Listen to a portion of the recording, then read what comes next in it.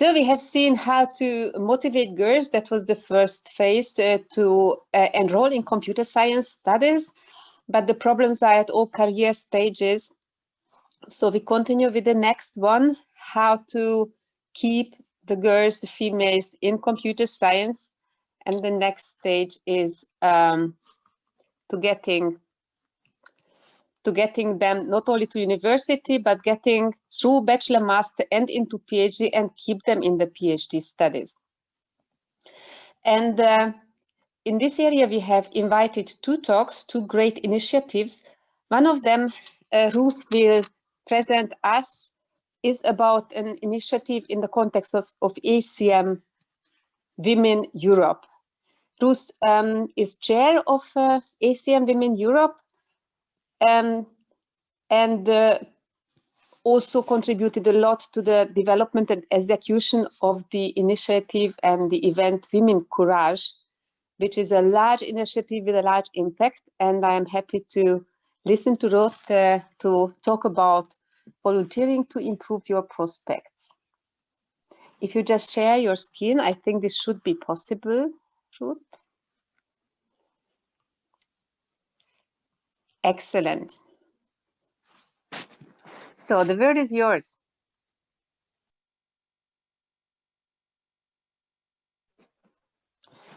We cannot hear you yet.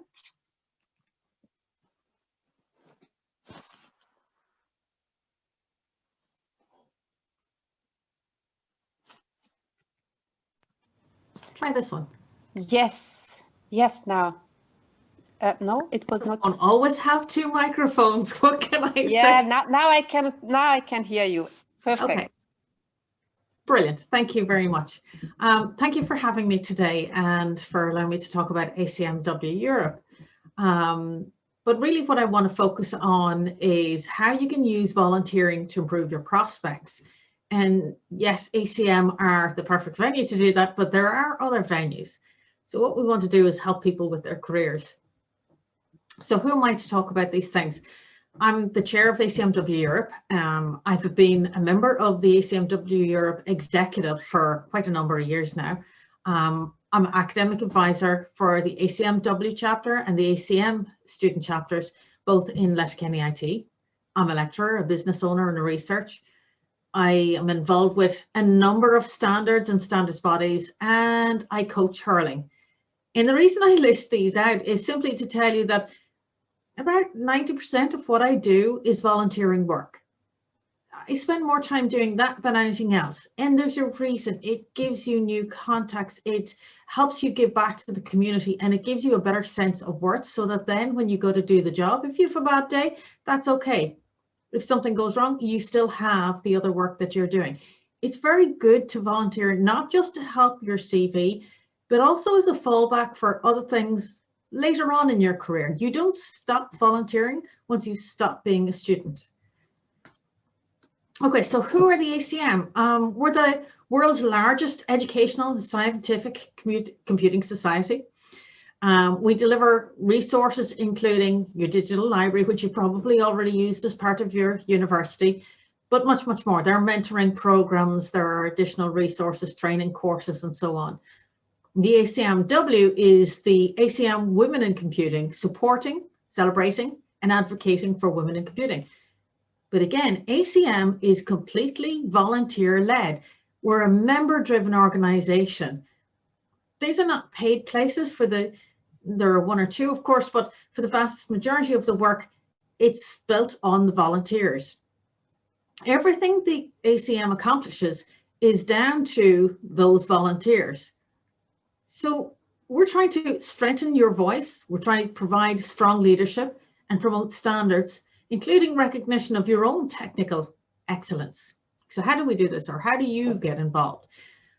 I know for those people who are coming out there at the minute, because of COVID, you're probably looking at the reduced number of internships. And there are people out there who have been furloughed or who have lost a job, and you feel that you're competing against them. But if you look a little further, if you do your research, companies have bounced back. That might have been the case at the beginning, but it's not so much the case anymore. Internships are beginning to change to being work from home internships, but those internships are still there. Now, I have just put up one as an example, but I could have put up 20 or 100. If you need me to put up a list of resources, I will. There's plenty of places you can look. And new jobs are still being advertised. People have been furloughed, but there are plenty of jobs out there. You just have to look a little harder to find them and try and make yourself that little bit better. What makes you stand out? But then how is that different from what you would have done before? How would you have gone into an interview? You would have tried to make yourself stand out from everybody else anyway. So just keep that positive idea in your head that it's different, but it isn't bad. There's still plenty for you. So how do you stand out from the crowd? Well, at the minute, you're probably looking at updating your LinkedIn profile, connecting with others, taking on new courses to build on your skills, working on your CV and carrying out an internship if you can get one. Okay, but that's what everybody else is doing. What makes you different? So the biggest thing that you can do is to volunteer with an organization. Now, like I said, I have volunteered for things from the ACM to the ISO for standards organizations, right down to coaching a national sport that we have. Now, maybe it's Little League in the US, it's hurling and camogie in Ireland. It could be anything. You're still showing your skills. You're still showing that you can manage, that you can communicate. So do your volunteering. Okay, so again, what kind of skills can I demonstrate through volunteering? Leadership, management, teamwork, technical skills, if you can get the right kind of volunteering, but if you can't, there are plenty of other places. Problem solving, motivation, a sense of community. People want to hire somebody who's going to stick around, not who's going to bounce around from job to job. So if you're volunteering in your local community with your primary schools, secondary schools, trying to encourage ICT in the schools, then the company's going to say, yeah, that person is properly entrenched in the community. They're not likely to go away. I'm more likely to give you a job. Communications and critical judgment are all part of your volunteering work. Okay, so we know that volunteering work is good. So now let's look at what can we do with regard to the ACM. So for every resource we have, I'm going to tell you there's a way to volunteer within that resource. Okay, so as a student member, you are given resources such as the Learning Center, Digital Library, publications, special interest groups, and so on. And every last one of those are a place you can volunteer. There is some small task that you can get involved in. And even if you don't see it immediately as a volunteering action, email the group and say, I'd like to volunteer here for X amount of time, and you will most likely be taken up on that offer. Now, we don't all have time. We've got our own social events going on. Maybe you're looking after a loved one at home because of cocooning or whatever the term is in your country. That's okay. If you say from the outset, I can commit 2 hours a week for the next 3 months, that's what I can give. What can I do to help, or can I help? Again, people will be very interested in that. You don't have to volunteer 40 hours a week. Set your targets and work to those targets. We can bring about change by doing this, by making some time, set aside that time to volunteer. We're bringing about awareness about what the issues are. We're trying to be inclusive and encourage inclusivity in wherever we work. And as a side effect, we're obtaining new career opportunities. And because of those networks we're building, we're beginning to meet people and they'll say, I know somebody who's perfect for that job. We're raising awareness. We're raising participation. Get involved. Okay, so the celebrations have already been mentioned, and the celebrations are held in different places every year. And okay, the last one was held in Baku, Azerbaijan, but of course things haven't gone as planned and it changed to virtual. And maybe the next one will be virtual or maybe not, but there are lots of volunteering opportunities at these events. Write a blog article, write for the newsletter. The Crossroads magazine is always looking for people. That's a proper journal. Why don't you write an article for that journal? Collaborate with other people and find out what kind of topics are they interested in. How can that raise my profile? I can show that I have additional publications, and those publications are international. They're widely read. There are a number of articles that you can write for. ACMQ, Communications of the ACM, and the Crossroads are just examples. But I suppose the ACMQ and Crossroads are slightly easier than maybe some of the other journals. But again, we can provide you advice. And by your volunteering, you'll end up with a network of people who may be willing to co-write an article with you. Or at least they might lend themselves some time so that they can work as an editor on your articles. There are student competitions. Again, on your CV, when you're volunteering, if you spend some time entering a hackathon, again, these happen at Women Courage, certainly, but they happen in other events too, and they're sponsored. You may win a prize, but even if you don't place, as they say, you've still spent the time to carry out some research. You've done something different. You've shown that you're genuinely interested in that area. And that's something that we want to take note of. Often when I'm involved in interview panels, I hear the interviewer ask, okay, but aside from what you've done in college, or aside from what you've done in work so far, what have you done that's different? They're waiting on somebody to say, I decided to build my own home PC, or I created a website for my local football club. What's different that you did that shows that you're interested, that shows that you have that extra skill? Now, the competitions that I've talked about are very technical, but you don't have to know the technical area before you apply for these competitions. The whole point is that you learn as you go along. You'll network up with other people at your level and at a higher level, and advice is always given. These kind of competitions can be one day, but more often the competition advice is given out at the beginning. What is the theme of that competition? And then you network up with this new team and work on it over a period of time. So that last day where you carry out the competition is exactly that. That's the final day. It's not the full competition. And again, those people are going to be your colleagues. They're going to be part of your personal network for life if you cultivate that. But again, that's something you need to do. You need to be very specific in cultivating it. Some of those competitions encourage you very strongly to host your code, for example, on a GitHub repository, and you make that repository open. So then when you go for a job interview, you share that GitHub repository with the interviewers. They can look that up and see what kind of work have you worked on. Now, this isn't necessarily for developers. It could be for security, it could be for data analytics. You can put anything inside in your GitHub repository. It can be a HTML website. It can be the pages from that, just to show how you're creating things, even if that website didn't get hosted by you. It could be blog posts. It could be information that you've gathered or analysis that you had carried out. How do you share the information about what you did as part of volunteering? Be strategic about it. Do your own blog post to talk about what you learned this week from carrying out that volunteering. Did you learn a bit more about problem solving? Give an example of what that problem was that you came across this week and how you dealt with that problem. That's a blog post. Every blog post puts your name towards the front again.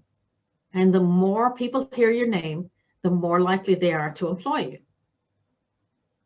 There's a lot the ACM can do to help you. We've got a number of working groups, and the ACM, TPC, other groups all have working groups that request people to join in, provide a little bit of their time to work on those specific areas. And they're set projects for a small period of time. So you might sign up for a 1-year project or a 2-week project. And in that 2 weeks, how much time can you devote to that project? Again, you decide. And then we will work with you to find something that will fit to your needs, something that you want to showcase. So for example, we have a Rise and Wise system where we will take on newcomers coming in and help them build up their skills by volunteering for the community. And when they do, they have the opportunity to come forward then for the ACM-W Europe executive later on. There are always rewards to what you do. On the why side of things, perhaps you've been in that place, you've been in the executive committee and you finished your term, but you still like to volunteer and you still like to contribute to the organization. You can still contribute in some of the working groups. So there's always a path, a very clear career path to your volunteering, which begins, as I said, maybe perhaps when you're a student, but doesn't stop there. Aside from these specific volunteering examples, the ACM provides a career center. That career center can be used to find jobs, to ask questions about what is needed for a specific interview, what's involved in a technical interview, what should I know or what should I ask in a second job interview. I often get asked by students, when they ask me, do I have any questions, what do I say? Or when they ask me, when I see, what do I think I'm going to be in 5 years' time or where I'm going to be? How do I answer these questions? There are a lot of questions that come up time and time again. The Career Center on the ACM website will give you advice on these types of questions. But again, there are forums even within that to allow you to ask new questions on new areas. Within our ACM-W Europe Women Courage event, we have a careers fair. And the careers fair went very well this year, even though it went virtual. What happened was we changed to having one-to-one mini interviews with companies. So it allowed you a chance to interview with a company without having to go through the full strong process of validating or separating out your CV from everybody else's. Once you were part of that Women Courage conference and you submitted your CV, you had the right to go for an interview with any of the given companies that were there. Take the opportunities when they're given. Even if the job says, I need 2 years experience, apply for it anyway. Show them what's different about you. 2 years experience, I've got that through volunteering. It may not I remind you that time is running, so I do not know how long you still plan to talk. One more slide. Okay, thank you. Thanks for the reminder. So I'll go on to the last slide just to make sure and catch up. So how do we make a difference? Show that you believe in your skills by doing the volunteering. Demonstrate your sense of community by volunteering to some community effort. Contribute to making a change by volunteering with an organization that can help you make that change, such as the ACM. And then establish a network of contacts, and they will advocate directly for you rather than you advocating for yourself all the time, because that kind of word is stronger than anything you can do. And when you're doing all of this, by making time to volunteer, you're actually leaving a lasting legacy for the next person who's coming behind you, who's looking for help. And thank you for the time on this presentation.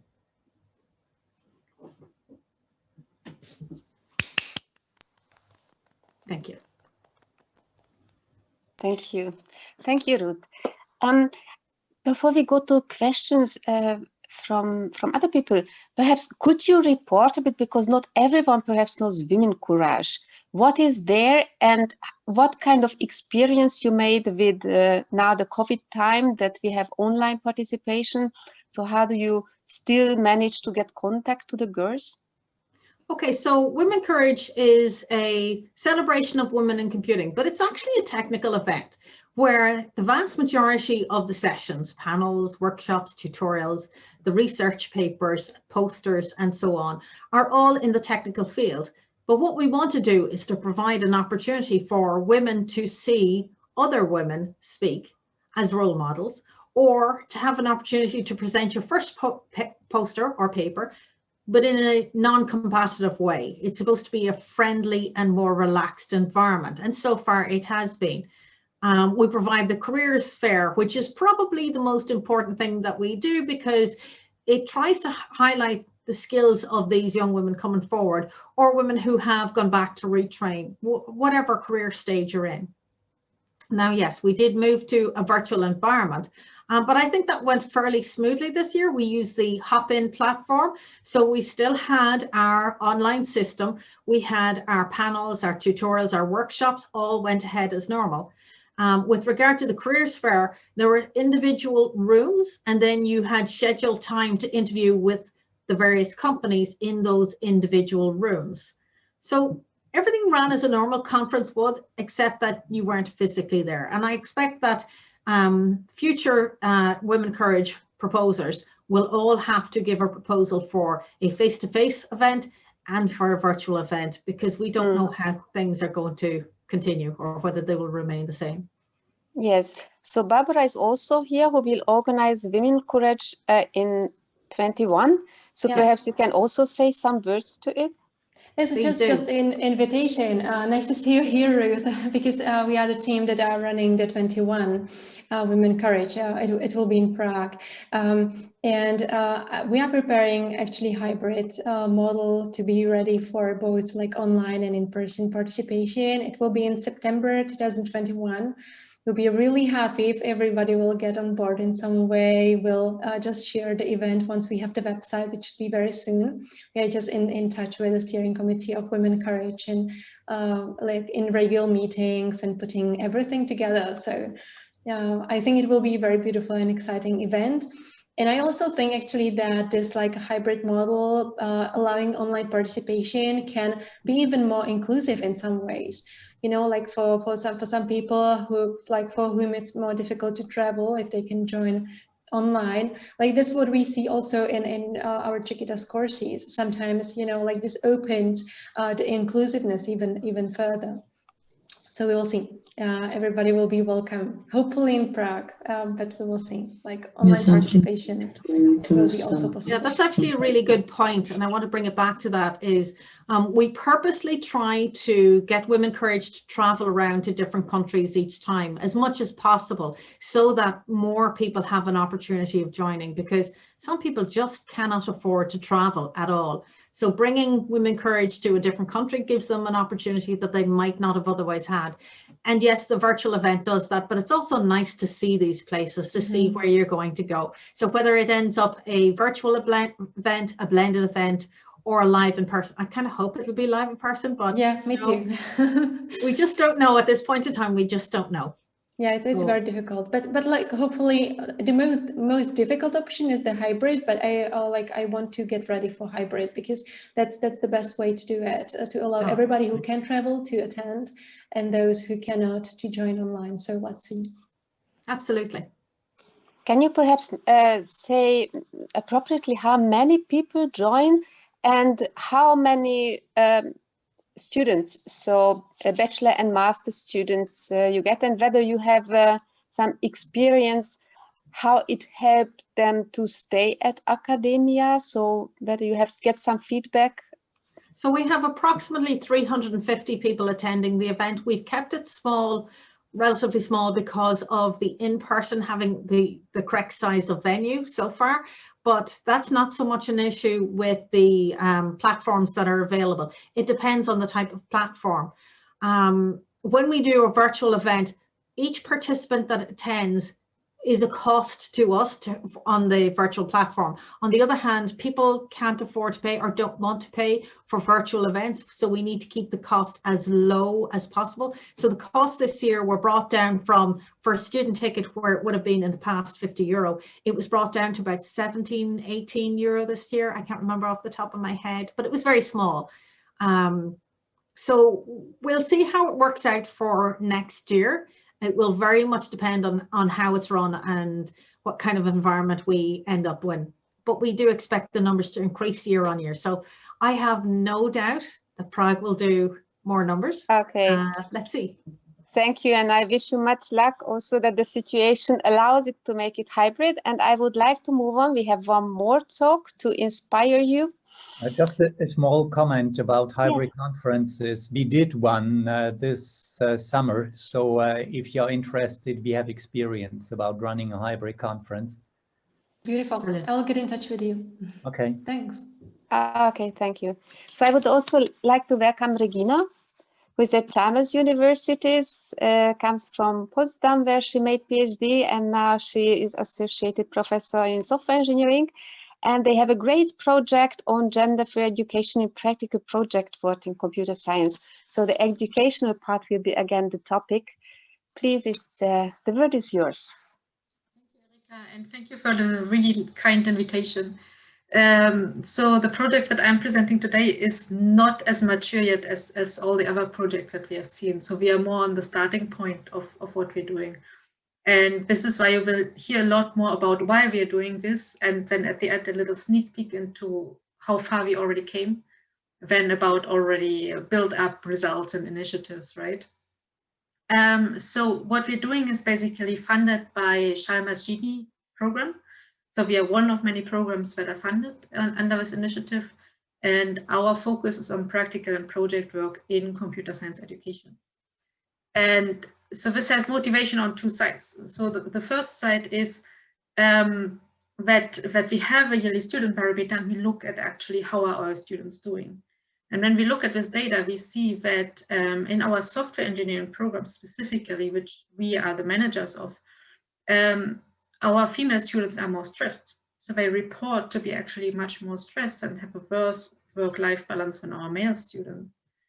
And on top of that, they report to be more socially isolated. So we actually have way more female students saying that lack of social contact is a main hindrance for them to continue studying.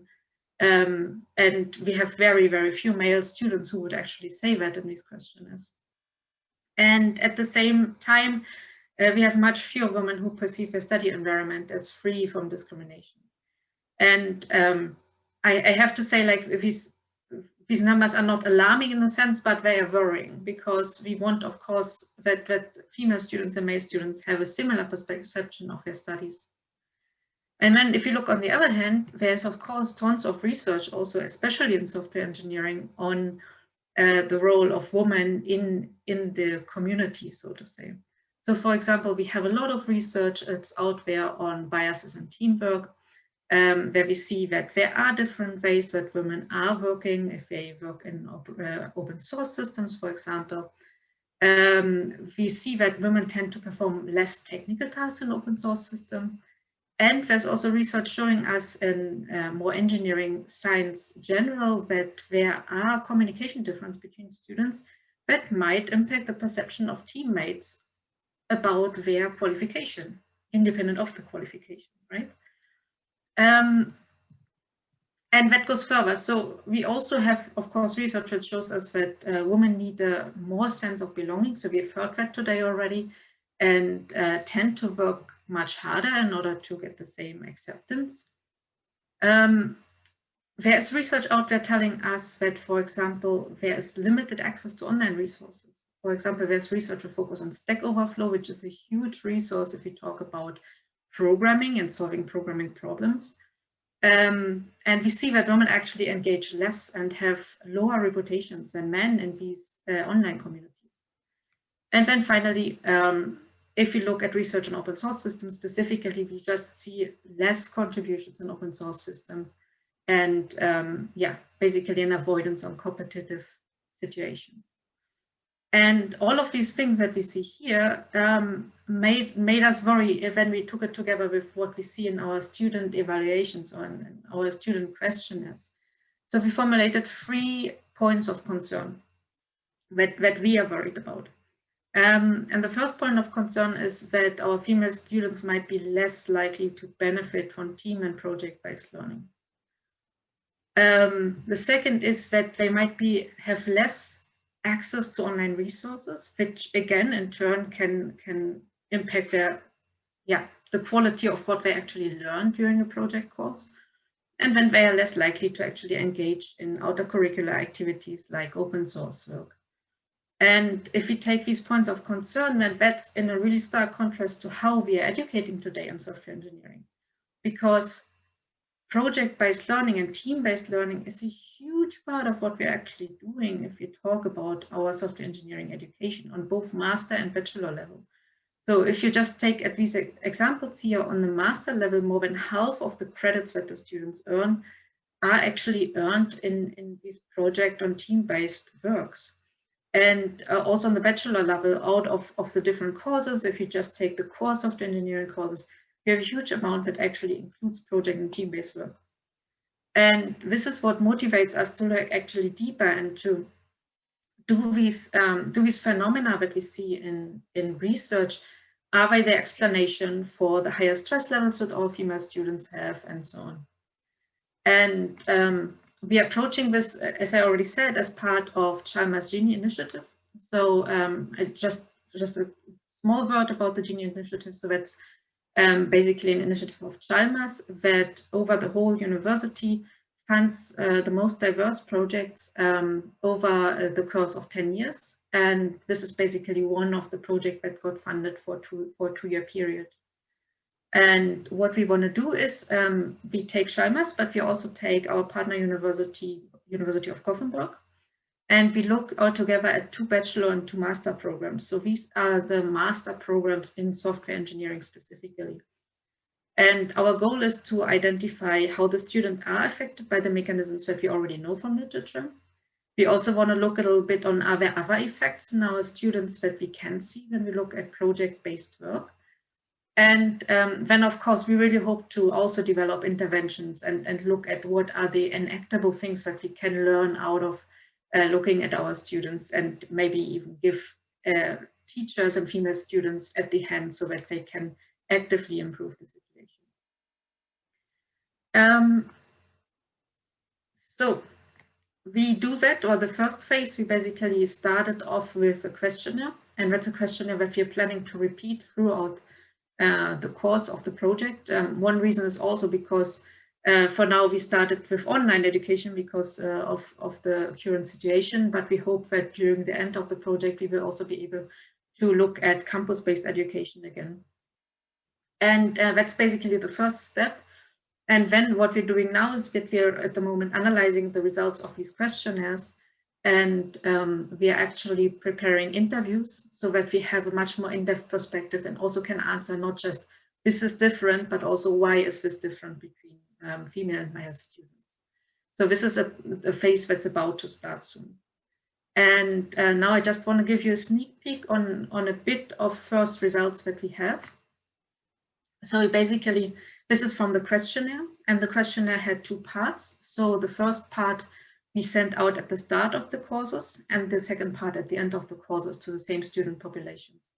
The numbers here are a little bit different because for some technical reasons we couldn't catch one of the courses at the end again. But overall we have roughly a 12% response rate here. And 2 things that already stand out from the data that we see.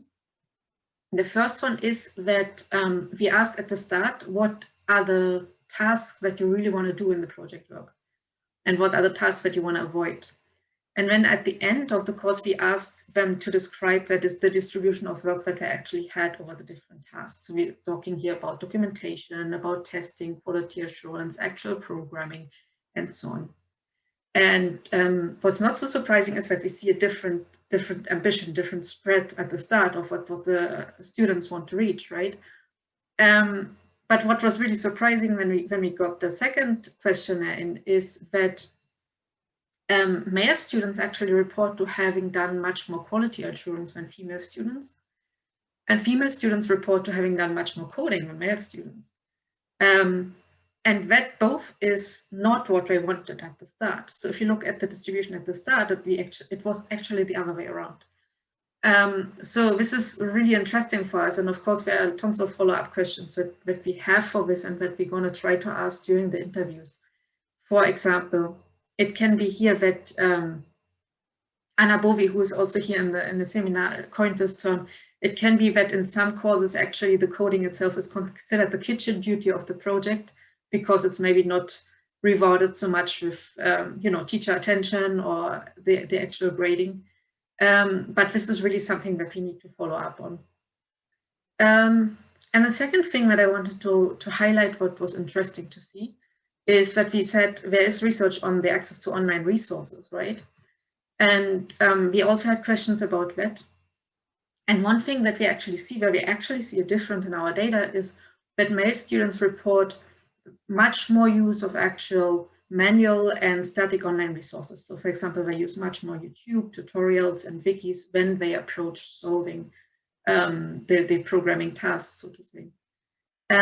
But we did not see any difference or any significant differences between male and female students when it comes to online communities. So for example, Stack Overflow, we really expected the difference. We didn't really see one. But first of all, it's good news. Again, it rewards a bit going deeper into it, but we're going to try to do in the interviews, because we just want to make sure that female students are really also active and not just passive users of these resources. And on the other hand, we really want to also look into why do students use these static online resources in a different way. Is that because they're just not aware that these are resources that they can use? So is that something that we can simply teach them to change their behavior? And then, of course, it's also going to be very interesting to see what's the actual impact of that difference. So with that, I'm going to end my talk. So these were some very early results of our project. And since we are in such an early phase, of course, we're super happy about feedback and about suggestions, what to look at and everything. Yes, thank you so much, Regina. This is also a very important point at the next stage during the studies, that female and male students learn differently. And do you any others? Sorry, Letizia? No, you say that yesterday Vivian Lagesen told us that from a biology point of view, there are no differences. So if they learn differently, why do they learn differently? Yeah, that's a very good question. Maybe they have learned different strategies when they were younger, or they have different connections and networks. And for example, you know, anecdotally, we hear things like male students actually are much better connected with other students from other and older years. And so like the likelihood to be told by someone, okay, like you also need to use these wikis, or you also can use this resource here, is maybe higher. I don't know. That's a hypothesis, right? So we need to go deeper into what's the reasoning here. But I mean, there's a lot about the strategies you use for learning that might be actually different, because you just learn different strategies over time. Dietmar has also a question. Yeah, thank you. Thanks, Regina. I'm sure you will eventually publish stuff about this, and I will read that. But I have actually a question about what you observed in my large bachelor courses when we have group work. I think like 6-7 years ago, I had the impression that it was often like that okay, the number of girls is smaller than the number of boys. So there were often teams with like one girl and the rest boys. And recently I had the impression that there are actually pure male and pure female groups and very few mixed groups. Have you seen something like that also? So I can't tell anything over the change over the years, but we have by now at least, so like we have different programs, right? One of the two bachelor programs has, I think, a 30% share of female students this year for the first time. So we looked at the year before, so it was a bit lower, but it's a relatively high share. And the other one has still a relatively low share, not much lower, but a bit lower than that. And I think they have different distributions, but we see all, so like in this questionnaire, especially we had all of these types. So we had all male teams, we had all female teams, and we had mixed teams. But there's no difference then in the sort of in the answer, depending on the pattern of the composition of the teams. We have to look further into it. And to be honest, we have to iterate that questionnaire a bit more often before we have enough data to say, okay, all female teams are in that way different, because they are really rare. So it's it's just something. Teams are self-selected usually at Chalmers, right? Like we do it. So you do not assign them to teams, but depends on the teacher. Depends on the teacher. Okay. Okay. So a lot of things to explore, and I'm really sorry that we don't have more time to discuss about these issues. I would like to mention again our COST project, where there are different working groups to these different career stages, where we would like to collect what you do, what you experienced. And if you are interested in work in the working group, then you can just drop an email to the working group leaders. This is me and Ivica for this stage. This is working group 2. And then if we have some activities, then we can inform you and you can also contribute. Unfortunately, thank you. Vineke has just posted once more the link to the COST action that you can see all the contacts whom you can contact if you have interest and would like to be part of the network. And unfortunately, the time for this stage is over, so I give the word to the next session. Thank you.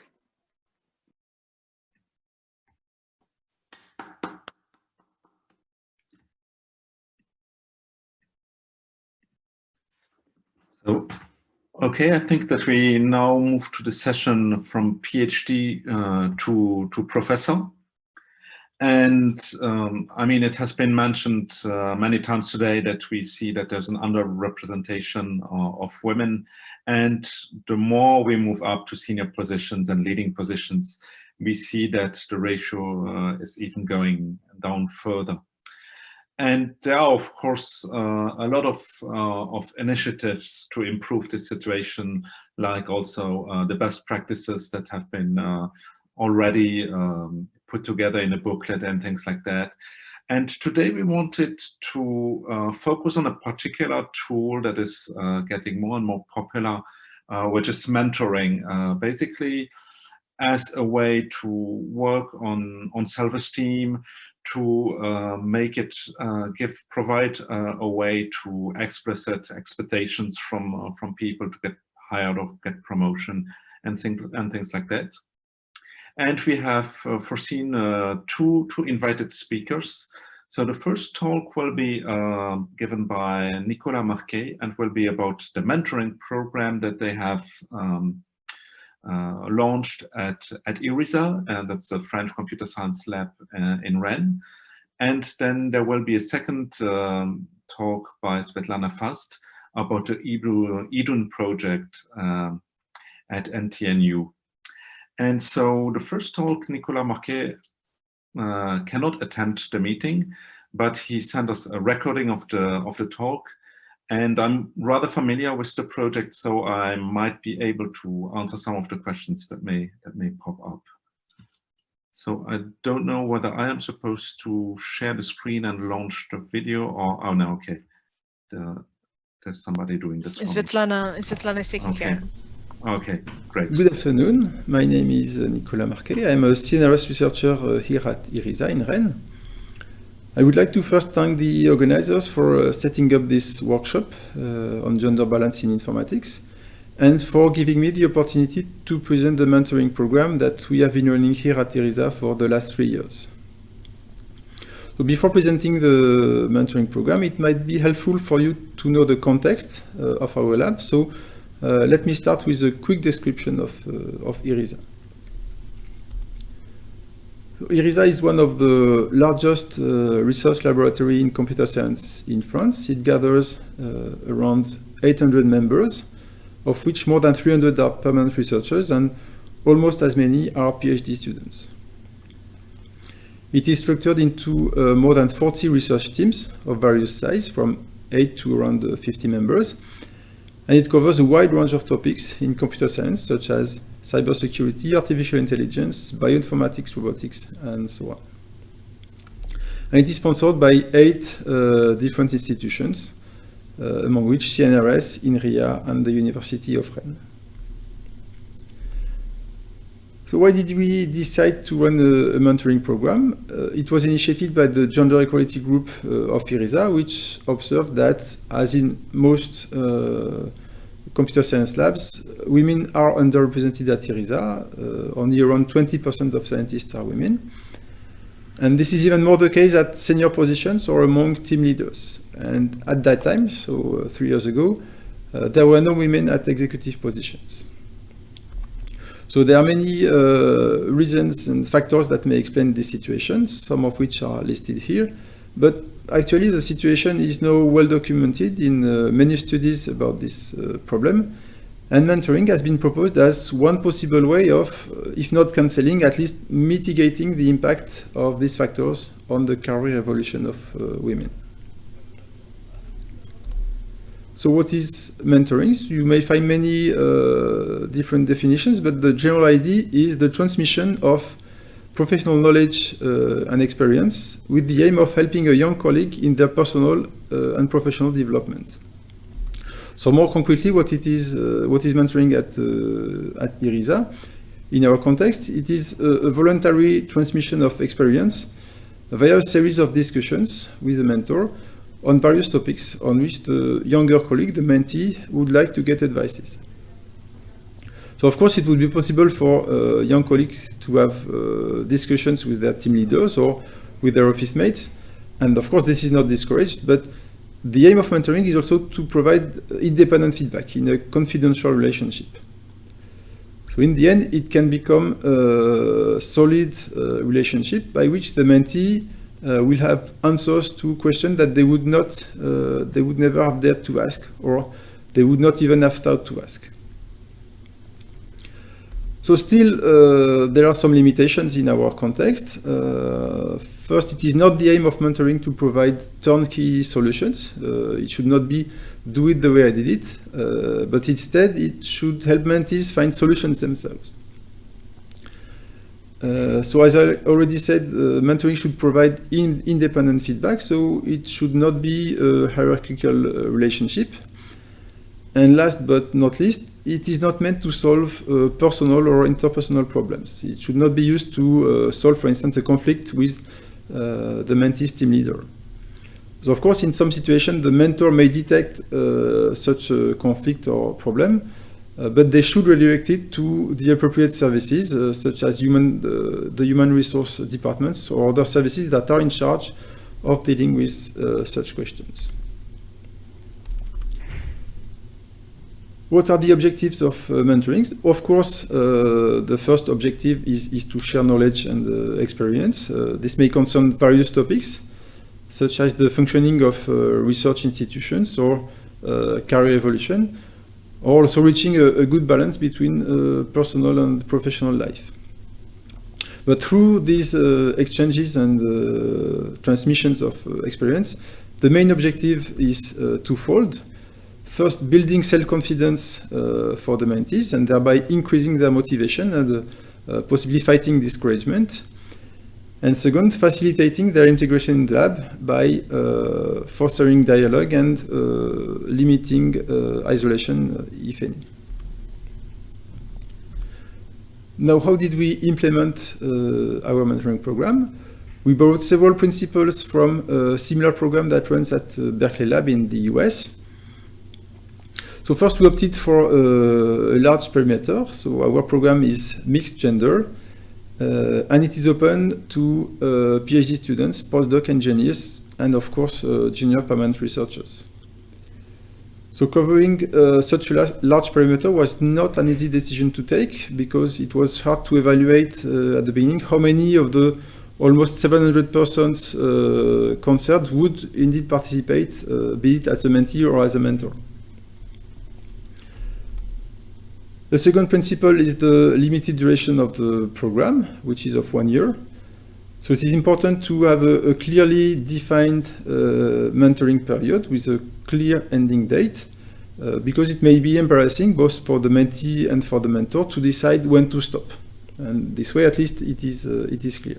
And of course, it is still possible and much easier to decide to continue, and mentees can register again.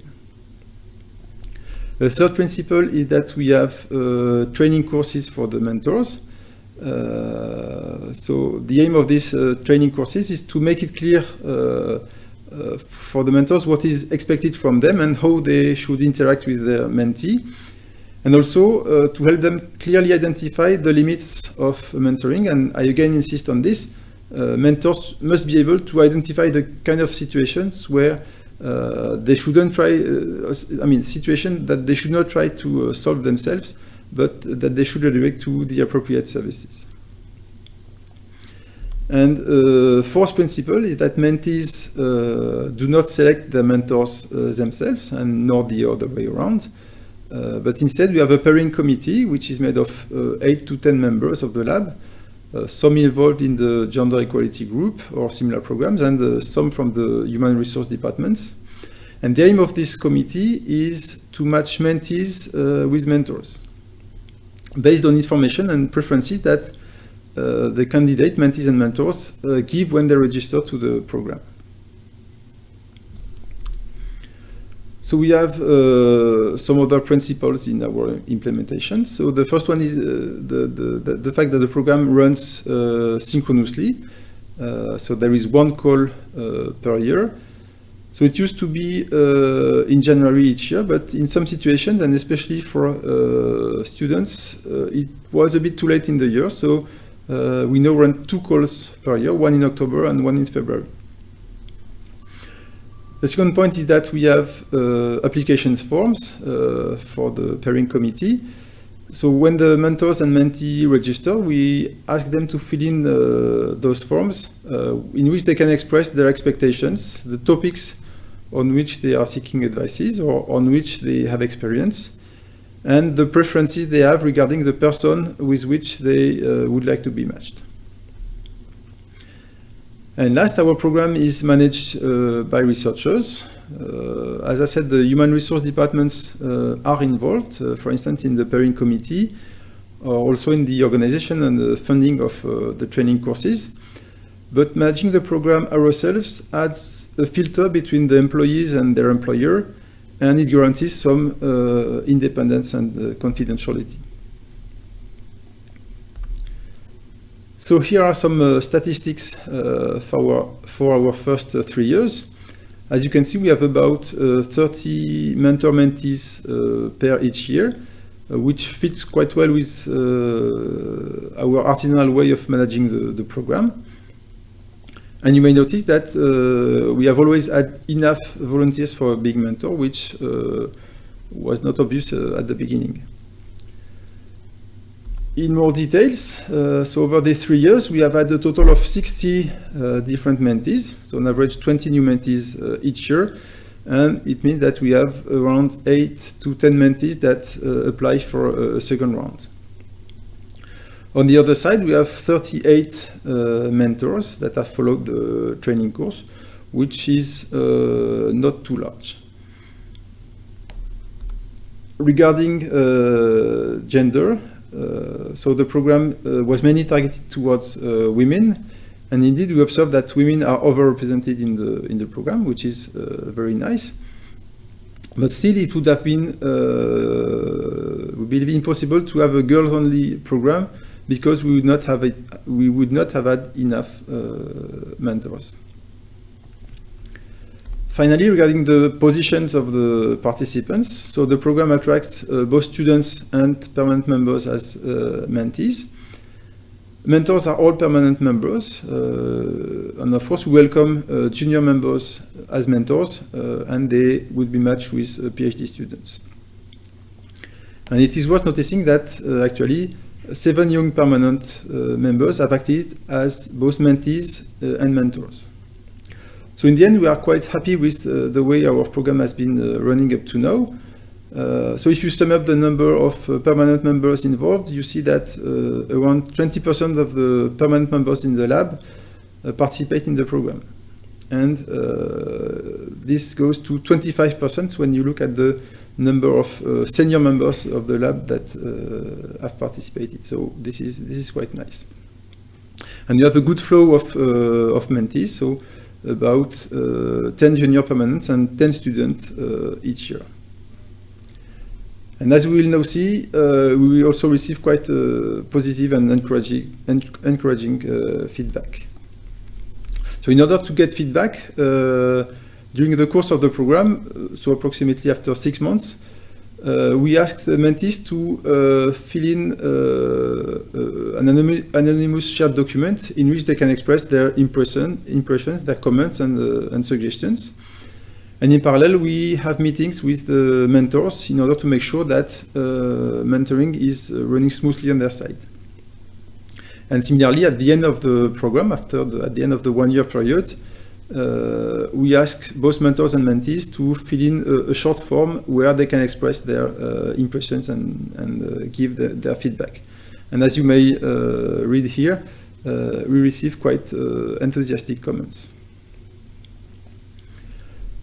So now the real effect of the mentoring program is difficult to evaluate and to measure. So for instance, we noticed that there has been an increase in the number of habilitation theses defended, but there are also initiatives that push in the same direction. So it is not clear how much of this is due to the mentoring program.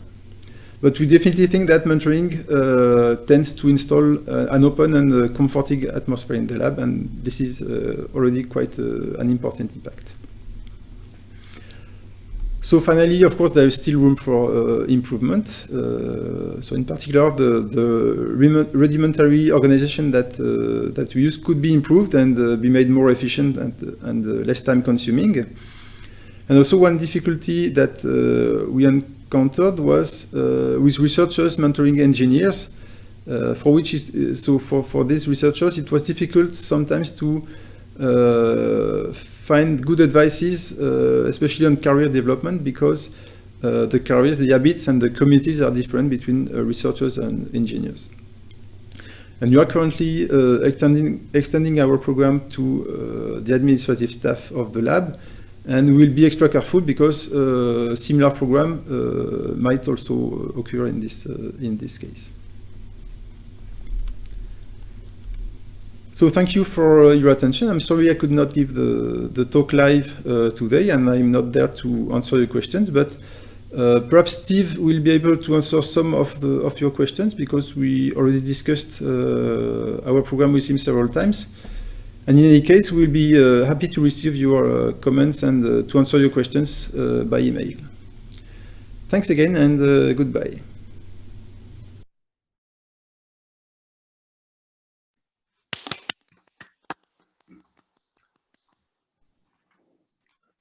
Okay, I think we can take a few minutes to look at all the questions that popped up on the chat before going to the second talk.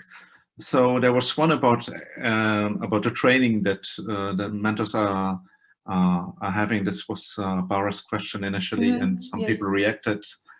I see Jean-Marc already answered that it is half a day. Exactly. Yeah, he answered that it's half a day. It's great to know. I was just wondering also about the topics. If you know, because you mentioned the speaker mentioned active listening.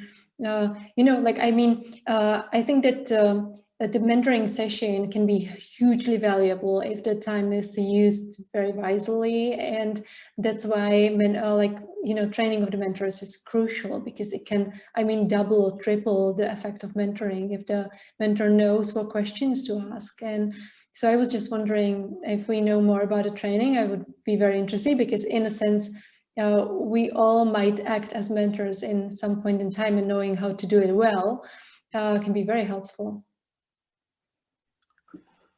So what I know is that they are going, that they are having external professionals that come for half a day, and that give them a course about mentoring, including indeed what they call active listening, and also what Nicolas emphasized already is to also put the limits of what should be addressed in mentoring and what must not be addressed.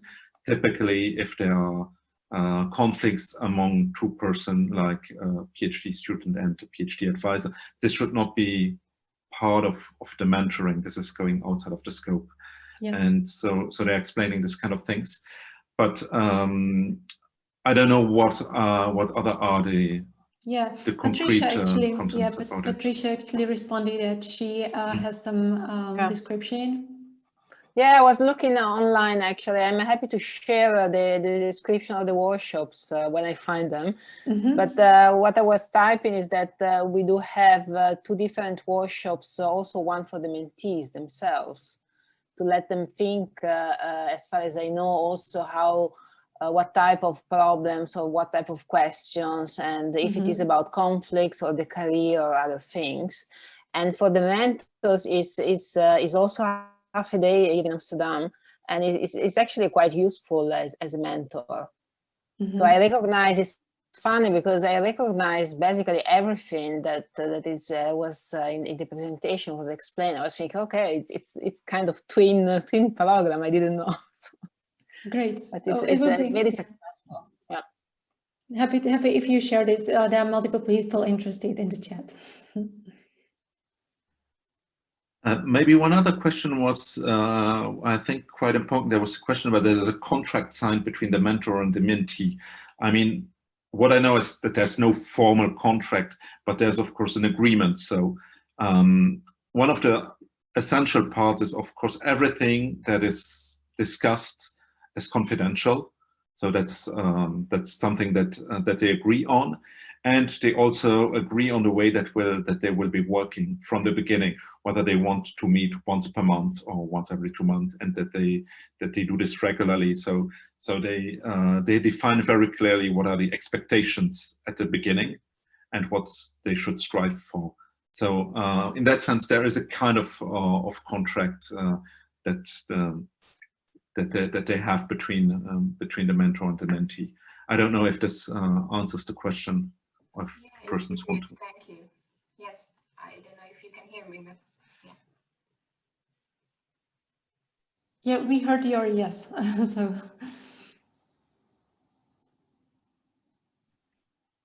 So I don't know if there are other questions that are directly related to the talk. I saw Linda ask whether Informatics Europe could be offering a mentoring course for such a small fee, for instance. It would be a great initiative, I think.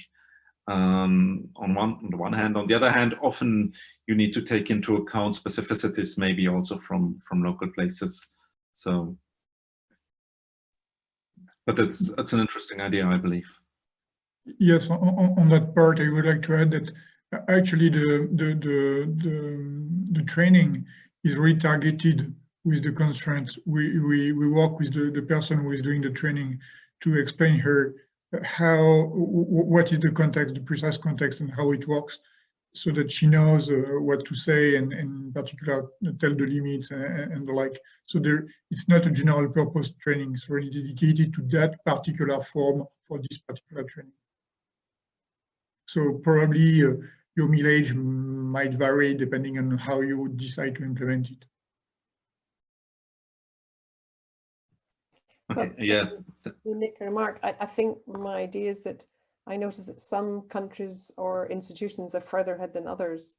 And for those who have less resources, it might be useful just to get at least an example of some sort of mentoring course.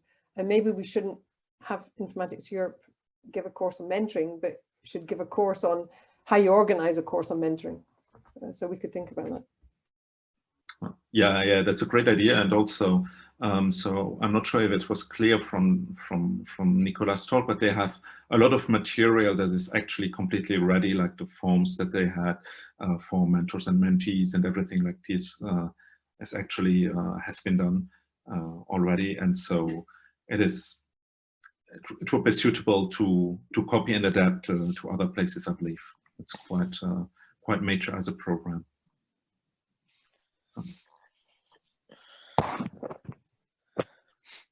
Okay, I don't know if there's another pressing question. Otherwise, we can maybe move on to Swetlana's talk, and maybe which is also touching on mentoring, and maybe get back also to other comments and questions just after the talk then.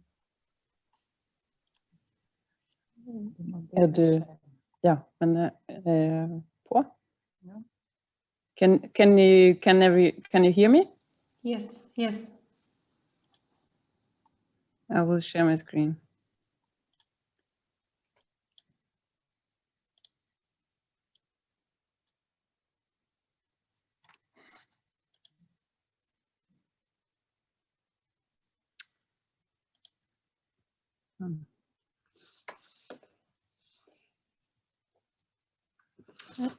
Thank you very much for inviting me to speak in this session. My name is Swetlana.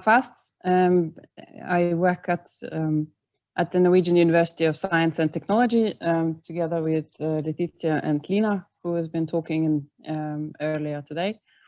And I am coordinator for the project IDUN from PhD to professor, which has started last year at the Faculty of Information Technology and Electrical Engineering. The faculty is the biggest faculty, STEM faculty in Norway. When we started the project, we had from 581 scientific employees at the faculty, 22% were female, while at the professor level, it was much less, around 14%. The project is called IDUN, after Idun Reiten, who is the first female professor at the faculty, nowadays Professor Emerita. And the project aims at increasing the amount of female researchers in top positions at the faculty. We have a budget of about €1 million, and by the end of 2022, we would like to increase the amount of females at each position to 15 to 22%. The challenge we are facing are that there are too few women at master level who are coming into the PhD to the PhD level, and then from the PhD to professor, a lot of female students are dropping out. We have launched the project last year in December, where we have invited, among others, Idun, who you see at the top in the top picture, together with her friend Kari, who is from the mathematical department. They were both professors in mathematics. We have launched a call for proposals to apply for the Idun scientific mentoring program, and we have asked all our 7 departments at the faculty to suggest a group of researchers from each department, 3 to 7 researchers. Most of them should be at early research stage, at the career stage, and they should describe broadly their research area they would like to work on, to suggest a female mentor for their group that they would like to have someone, a star from their field, and to suggest hosting an Idun event which is connected to their research field, or to an international conference where we would like them to learn how to organize an international event, but also to share the knowledge about Idun. Yes, the core elements in the Idun scientific mentoring program are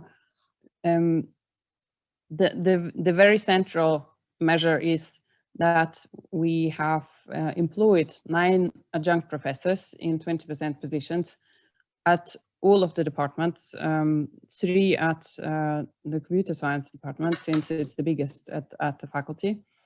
And those adjunct professors are working as mentors and role models for the 9 research groups from the entire faculty.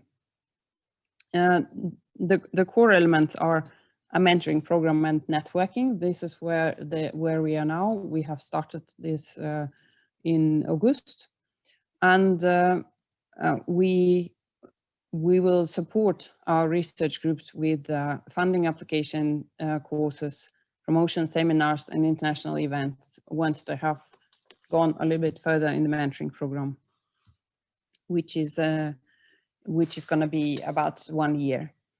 The difference with Idun is that its focus is on excellence in research. So we have organized the program not only focusing on the career development and their promotions to the professors, but first of all, what does it mean to be an excellent researcher? What does it mean to be professor? How do I get there to get all the necessary information on the road and to meet their peers? We have recruited now 9 excellent candidates. Among those, just one example is Jana Jagaska, who is the only person or the first person at the faculty who holds an ARC grant. But all of them come from well-known universities in Europe and let's say Norway, and they have started to work with their mentee groups in September this year. And the participants are in the groups are male and female. Even so, we have out of in total 42 participants, we have 35 female participants. A lot of them are PhD candidates and postdoctoral research fellows, and the associated professors, they are closer to the goal to become professors, so they all of them get a kind of customized treatment, but then also they exchange the experiences between the other fellows.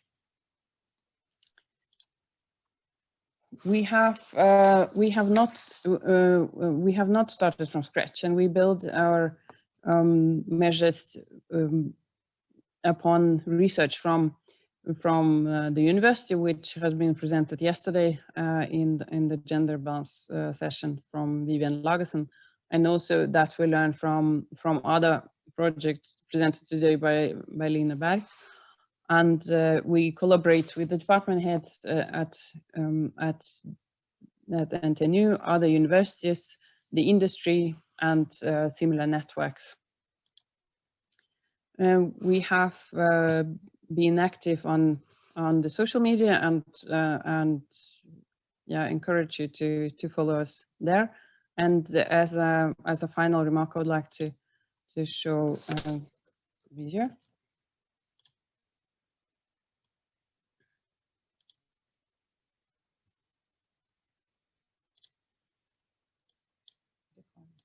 Mm. Det kommer ingen sound.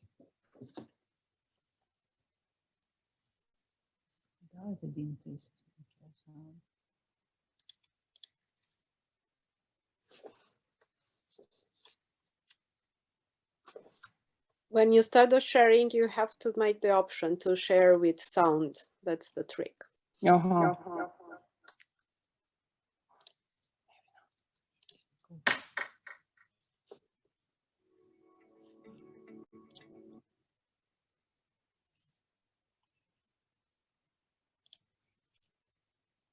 Okay.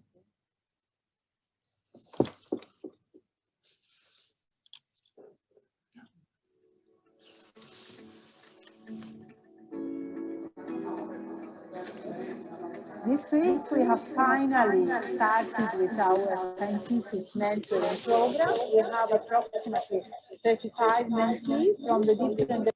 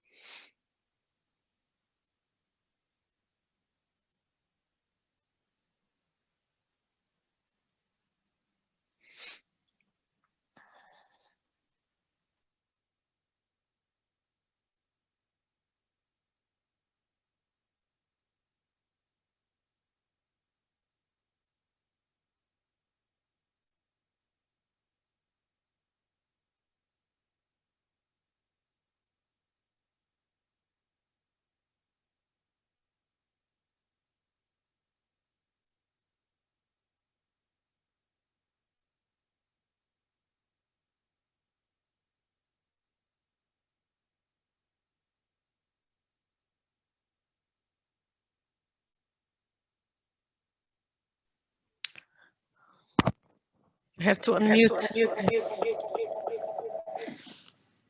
No. Can you hear me? Yes. Yes, we can hear you. Can you hear us now? No, she's mute again.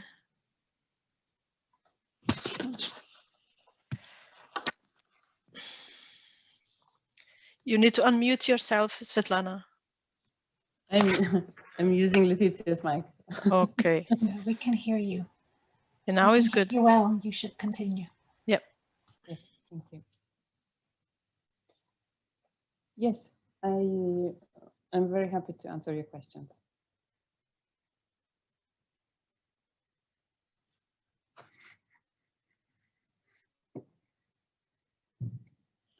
Does anybody have any questions for Swetlana? Maybe I have a question about how you select the mentees. How is this organized? You said that the departments were suggesting 7 or 8 names or something like that. But how are they selecting the mentees? Are there any criteria, or how is this organized in practice?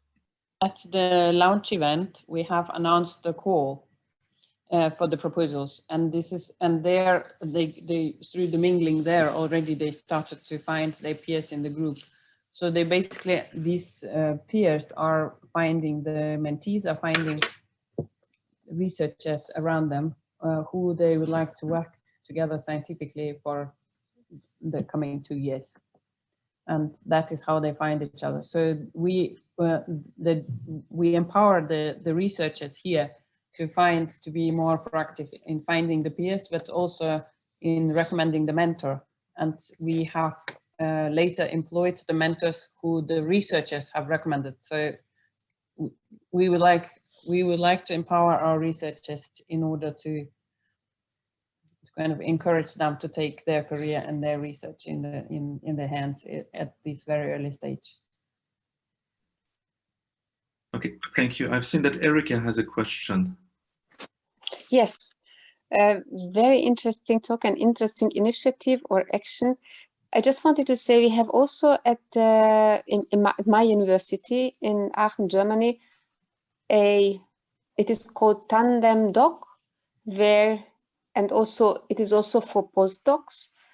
A similar program. It is also a combination of events with seminars, coaching, and also mentoring. And by us, the mentees can choose a mentor internationally, and the Tandem program approaches this person and tries to win him or her for the mentoring. And the program is 1 year, and they have around 15 to 20, only for females, 15 to 20 female postdocs whom they can support. And my question would be, do you see anything that is different for computer science than for other subjects? Because I think your program is not only for computer science, right? That's right, yeah. So do you see any support what should be seen differently in computer science than in other subjects?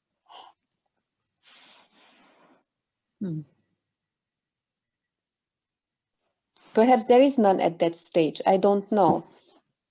Right now we have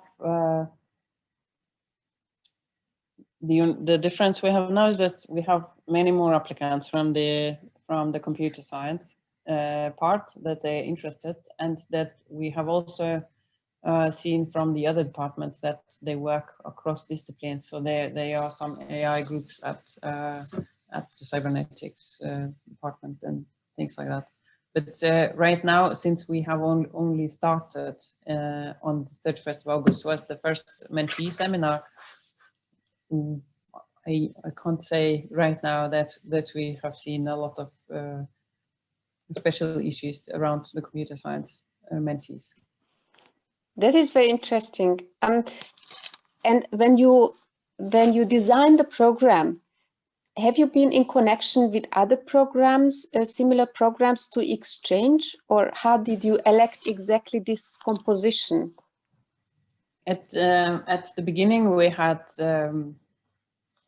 we have taken as the basis the research that has been performed at NTNU, where two of the departments from the faculty have been pilot departments in the studies, which went for several years, researching the gender balance questions in STEM, and they have been recommended measures which we have restructured in a way that in a period of 2 years we can see we can do some interventions, but then also a kind of have the first step in towards changing the culture. So these measures are based on what has been recommended to us by the research partners, but also what we have seen, what has been successful in other projects, and the Nordic network. Since the measures we have created in the beginning were based on those. Yeah, thank you. It will be. I'll be very curious to see the results in a few years. Yes, we hope we can present the next step at this conference next year. Yes, I think we're running out of time for this session, so it's time to move to the next one. So thank you very much. So thanks again.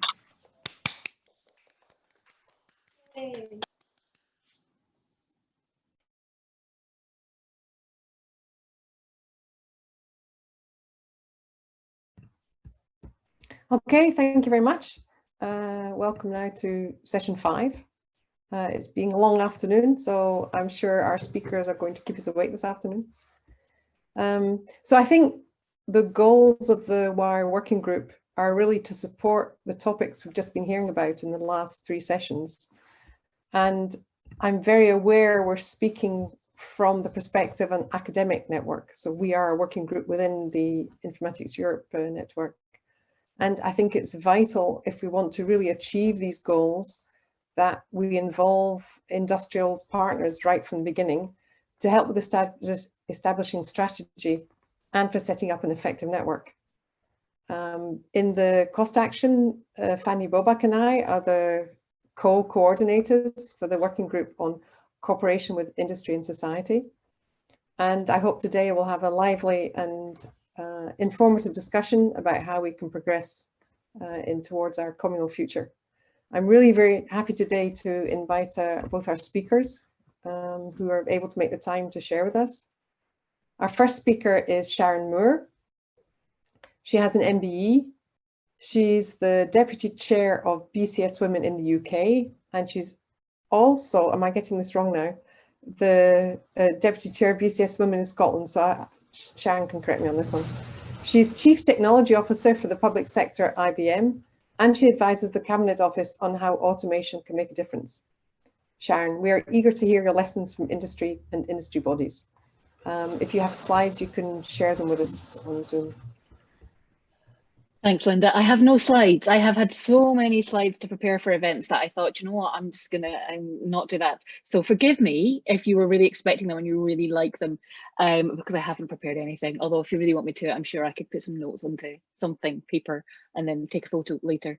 Yeah, it's in terms of correcting you, Linda, I lead the work that we do in Scotland. It's not a separate organisation to BCSWomen at all. It's just we have a team that focus on making things happen in Scotland.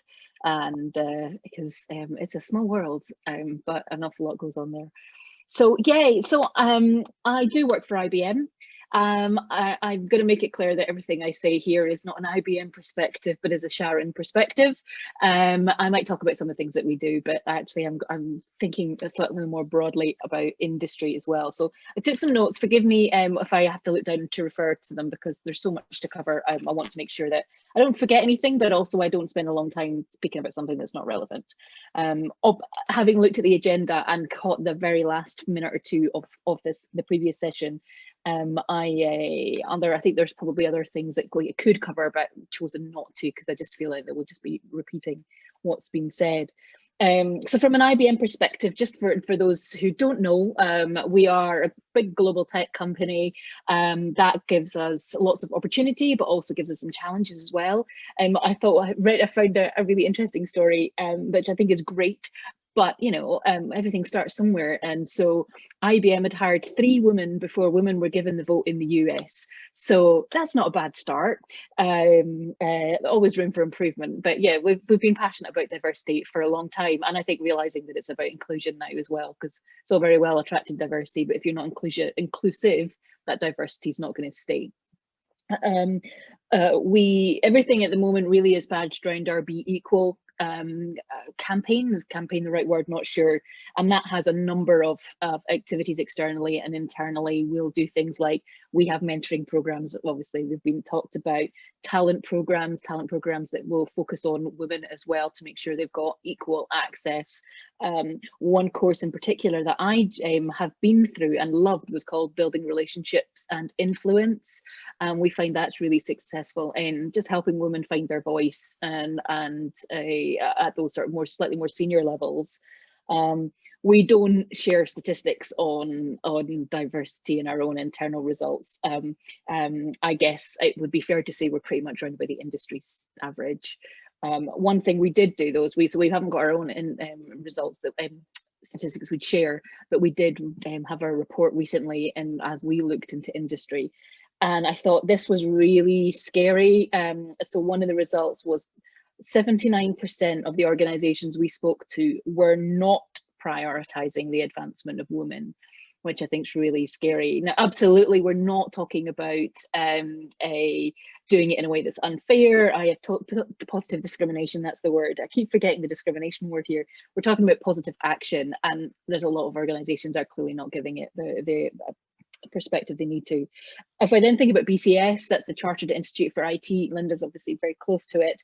As a whole, I think the BCS is getting better at a focus on diversity. We made some announcements today. I say we were kind of all the same thing, round about memberships for Black women through another organization. So I think that's a really, really good thing.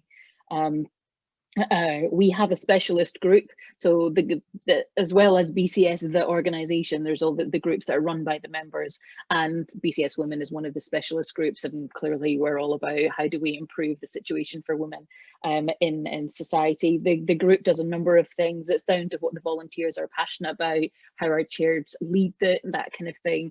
We have an AI accelerator trying to just really improve women's capability, shall we say, in AI. We have lots of events. A third of them were in Scotland this year, so I'm really pleased about that. Obviously, that's less important now that everything's virtual, although I think most of that's being run by our team in Scotland as well. And we're very much about partnering at the moment as well. So can we partner with other industry bodies?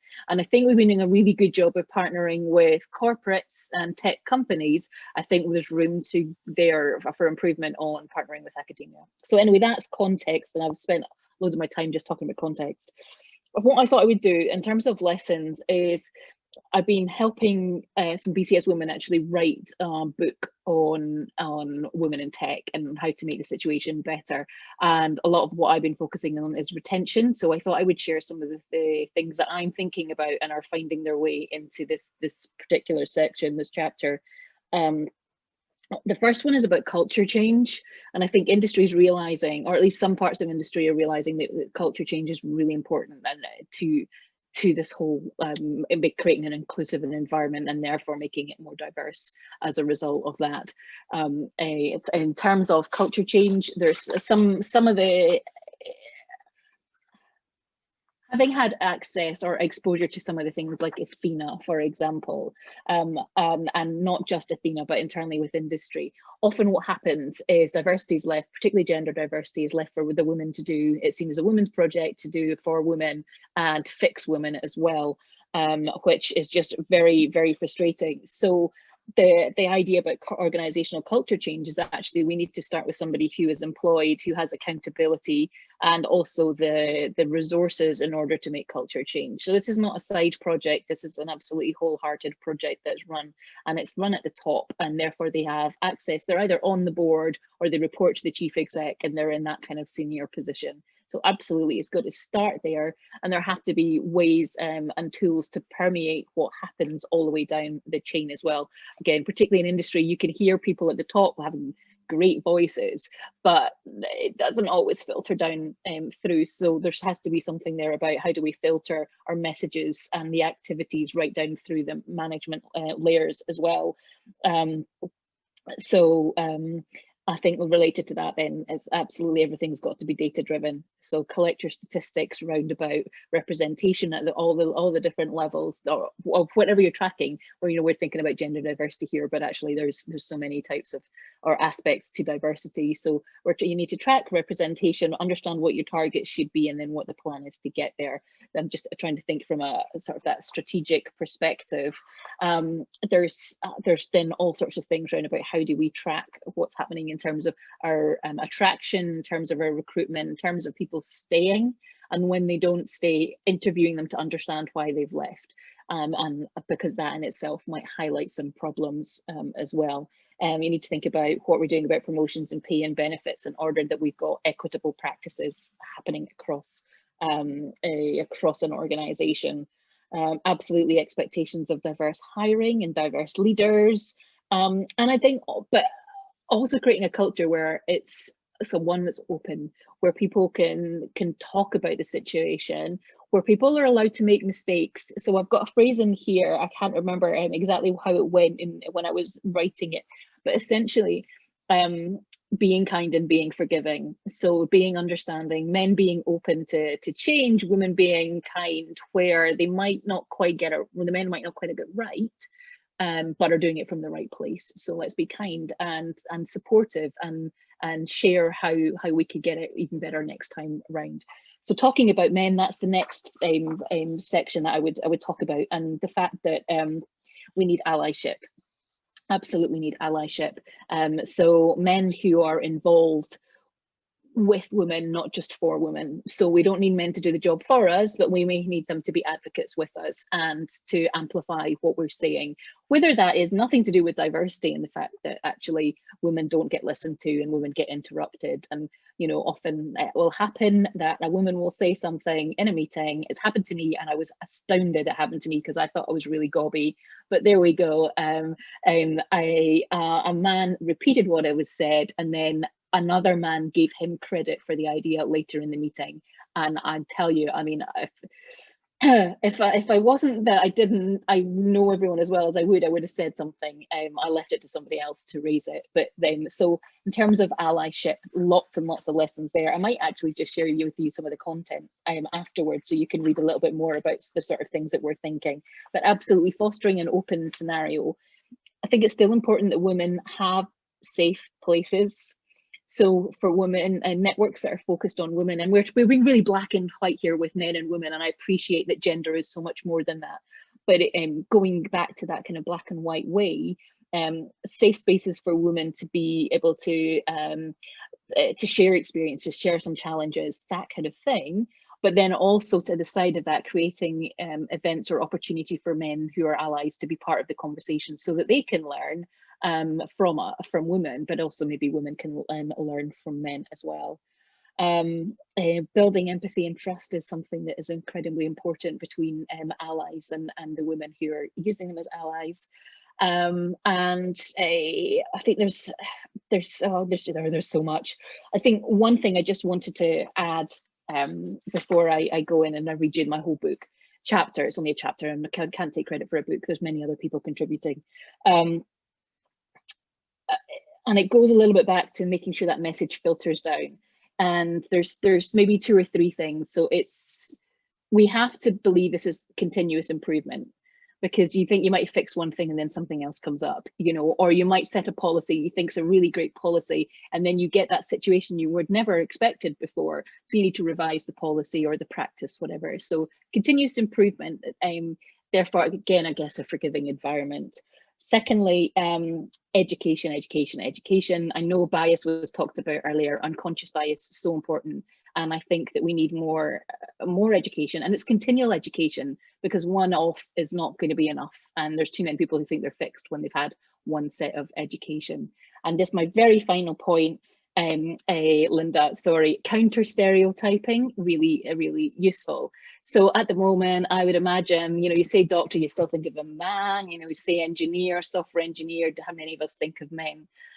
I know that the ideal scenario to get to would be that we talk about they, them, their, okay, non-gendered pronouns. However, if we do that straight away, how many people will read they and still think him, you know, and think of a man and picture a man? So for now, I think that on a maybe a temporary basis, we use she and we use her and we use hers far more often than we do when we just are talking about in a generic scenario in our documentation, so that we force people to think of women, and then we can move on to the point where it's they, their, they, and non-gendered, and we're less focused on it. It's always going to be a man. Right, I'm going to stop now. Sorry, Linda, apologies.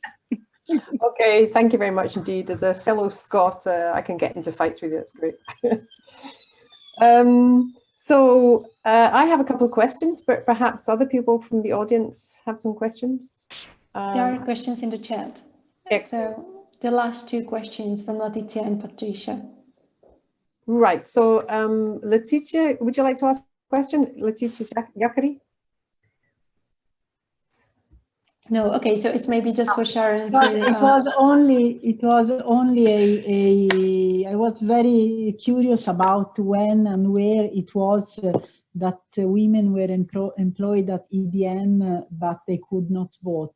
And by the way, my family name is Jackery. So Sharon, can you tell us? I want to use this anecdote about IBM. If you could give in the chat or later. Yeah, it was in the US. It was in the US. So it was obviously, it was before the US, women in the US got the vote. I am desperately trying to find it. I'll pop it in the chat later when I find the actual date. And then there is a question from Patricia. Yes, thank you. Very interesting talk. I was wondering if, in line with what you said about organization and culture, which is very difficult, if you also encounter some practices or challenges or solutions in the hiring process in general. We have made a study a number of years ago in industry, and one of the fascinating finding was to invest in diverse teams in IT projects, just as a trigger to innovation, and by the way, also changing the culture toward gender diversity. Yeah, actually, what you want is Andrea Palmer, because she's writing the attraction chapter of our book. No, but seriously, yeah. So I know that IBM's changed its practices. I couldn't tell you exactly what we're doing right now because I haven't been involved for a while, but there's an awful lot there about trying to remove language that's gendered, language that is just not particularly welcoming to women. Some adverts for recruitment can be particularly hostile. So things like that, making sure that when you recruit, the pool of candidates is diverse.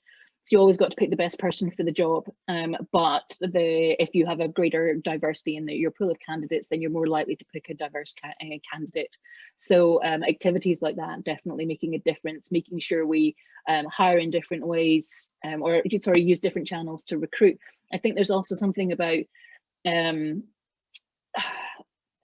all the unconscious bias absolutely needs to be thought about in terms of when we're hiring people that are like us, or obviously people that are not diverse, but we do that because we feel comfortable with them. There's too much about what people fit in. No, fitting in is not one person's responsibility, it's actually everybody's responsibility. I was actually separately from IBM and BCSWomen, I'm on a board, and we were talking about recruiting, and somebody did say, oh, we need people that are going to be able to put up with us because we are all very quite opinionated.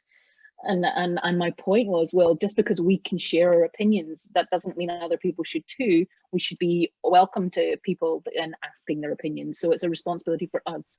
So yeah, there's lots and lots of stuff out there about how you can hire more diverse people by thinking more about how you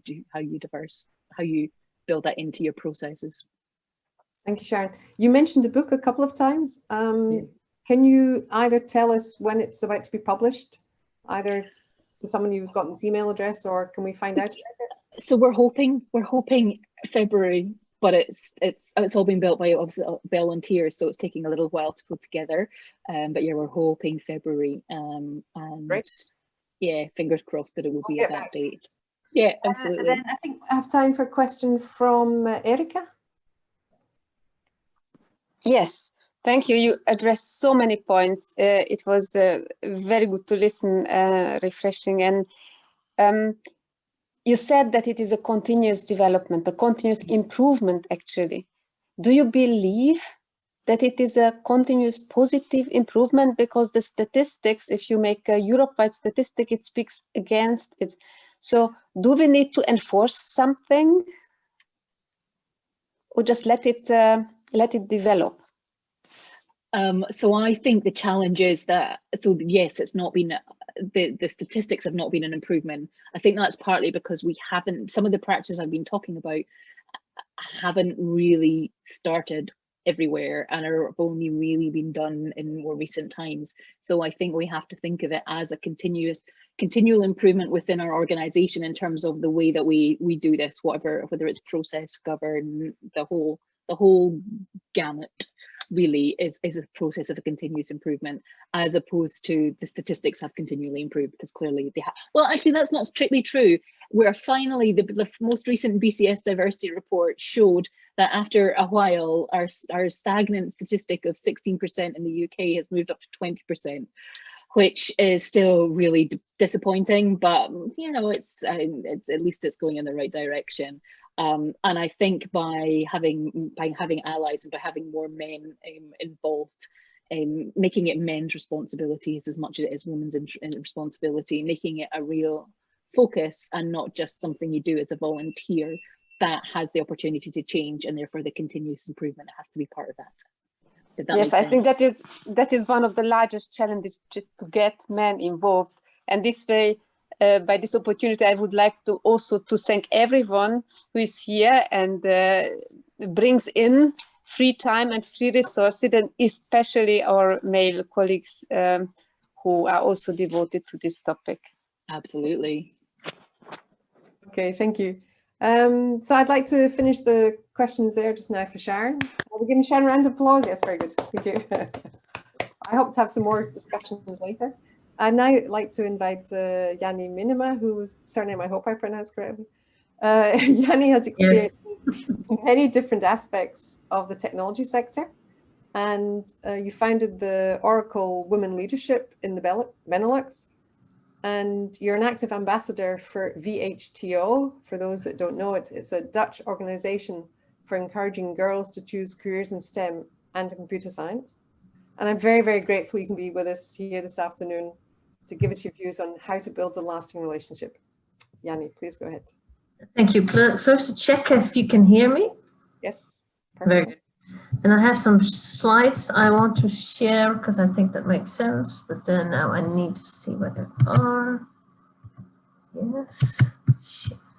Very good. Yeah. I can see a black screen, but not a slide. I can see your slides. Hey, VHT. Oh, very good. Very good. Very good.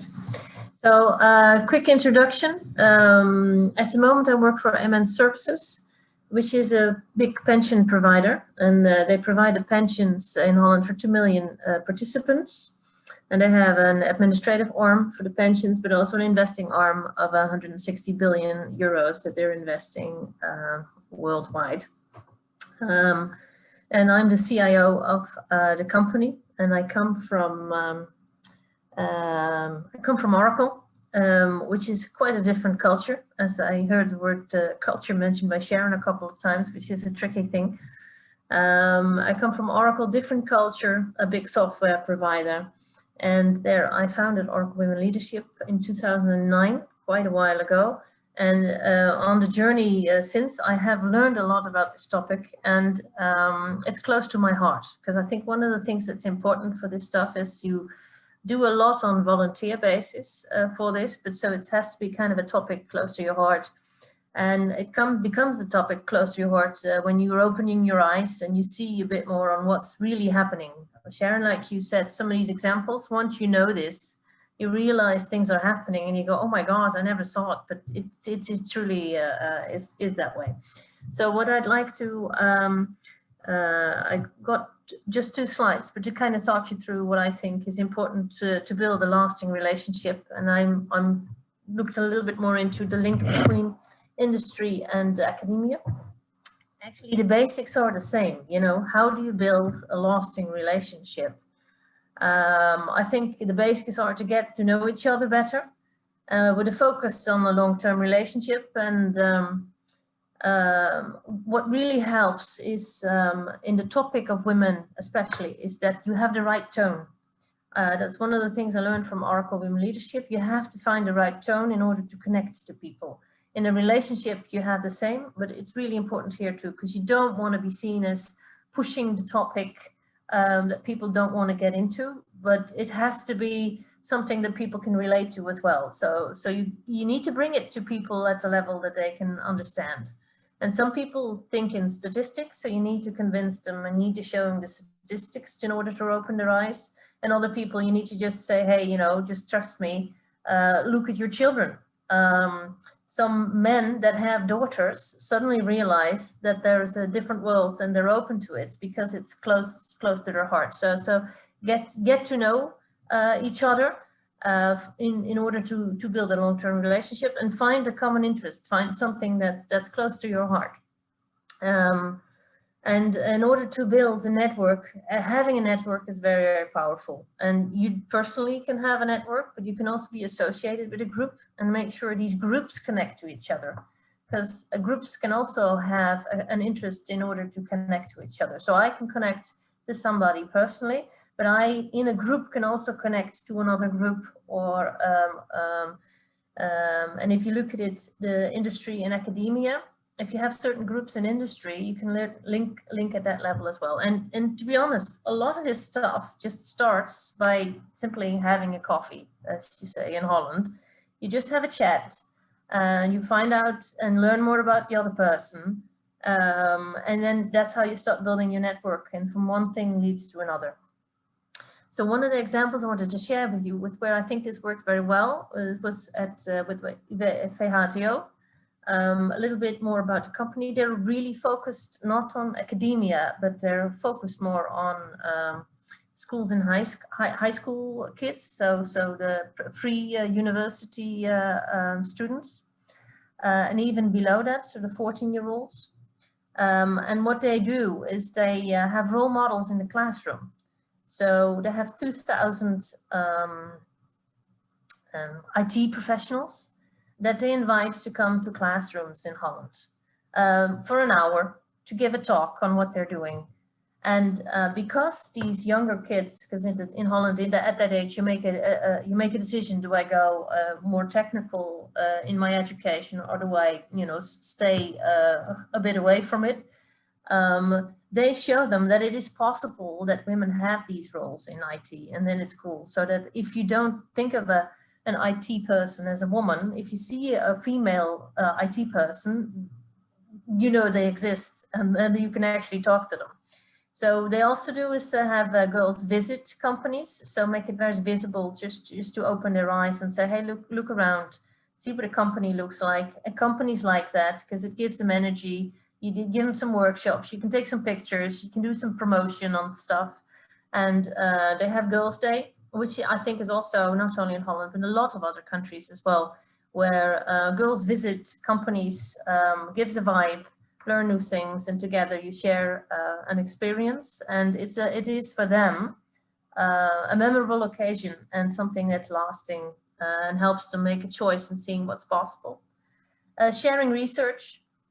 So they do a lot of research on a percentage of kids choosing certain topics, also how many students take the next step into a more technical network, and they share the research, and as you get it as companies, you can share that as well. And what they're very good at is building and connecting networks. It depends on people very often, but VHDO is, to me, is an example of how we could work it. You can see some of these things that they're done with them at a different level, and pick the good things and do that for academia and other levels as well.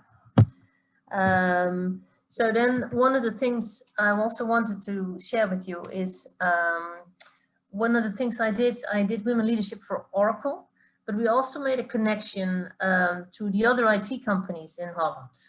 So the women leadership companies in the women leaders in IBM, actually, Microsoft and Cisco, and we also, over coffee, over drinks, we had an exchange on what are the things they're running into, because a lot of these big companies have, also from a corporate level from the States, they have programs for this, diversity programs for this. And then you kind of have a shared and a common interest in learnings, because you can exchange the things that worked and the things that didn't work.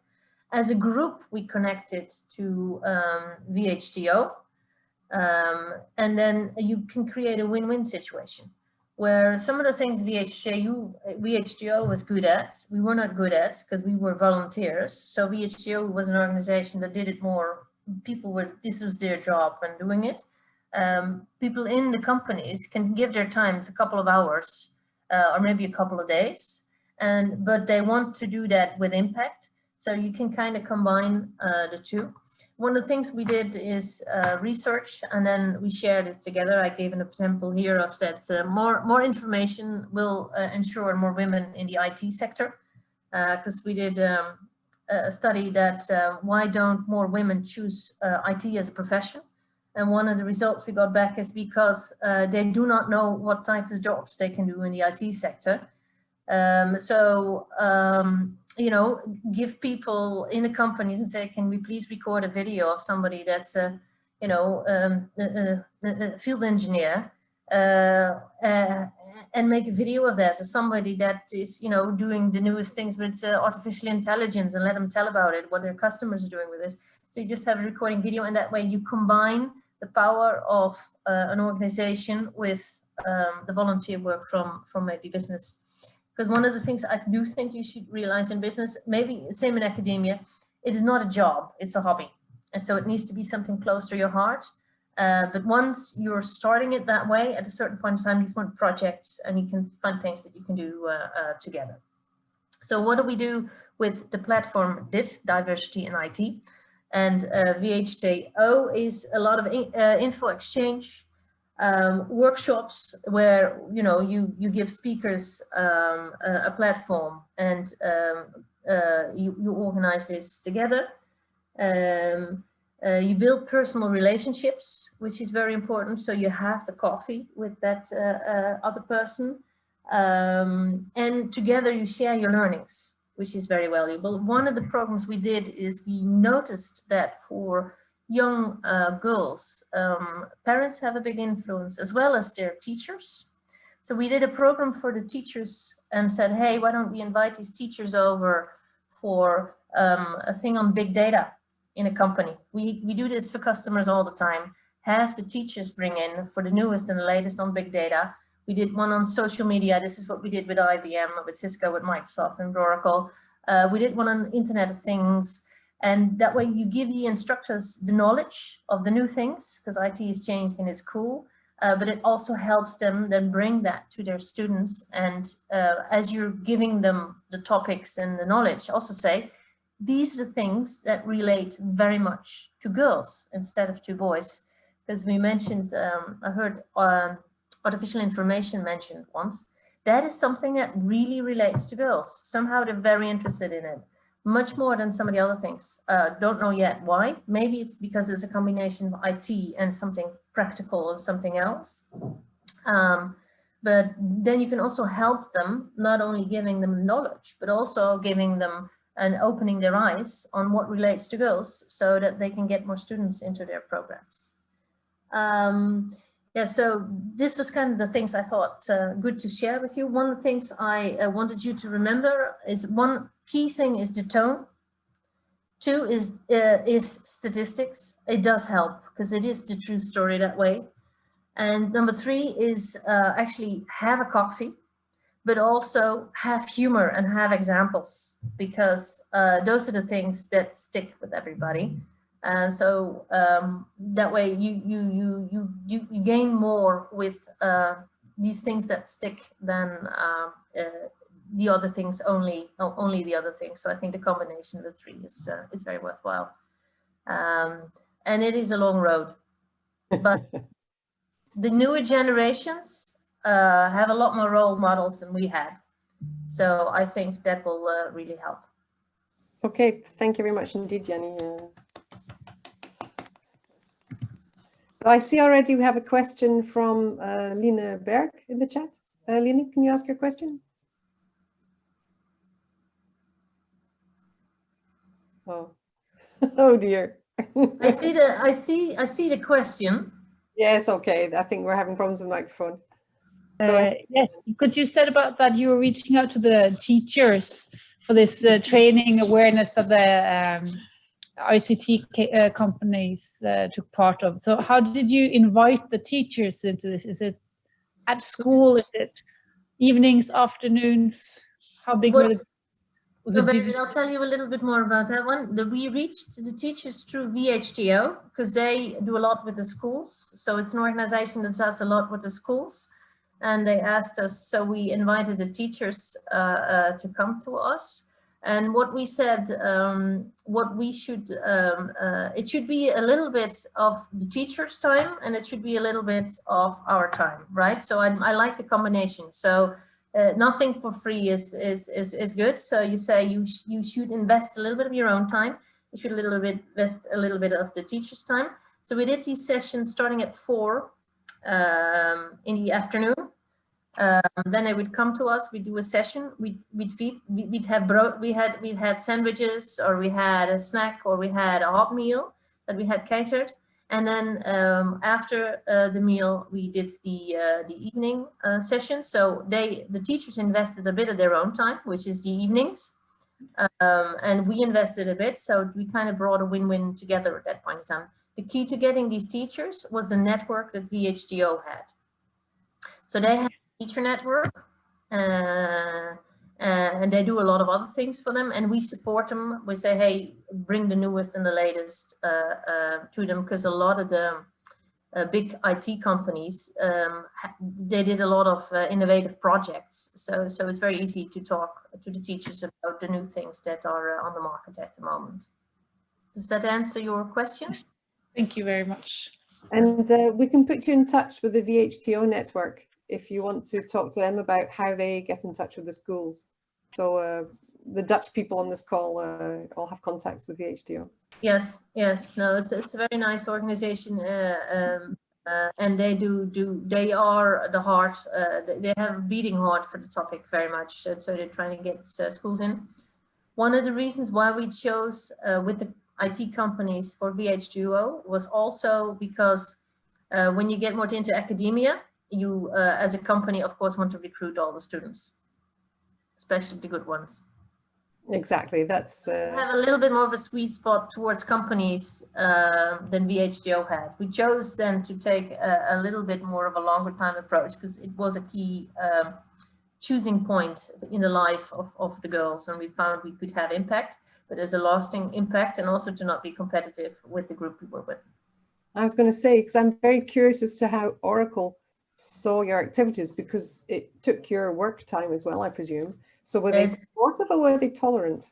They were supportive because we sold it well to them.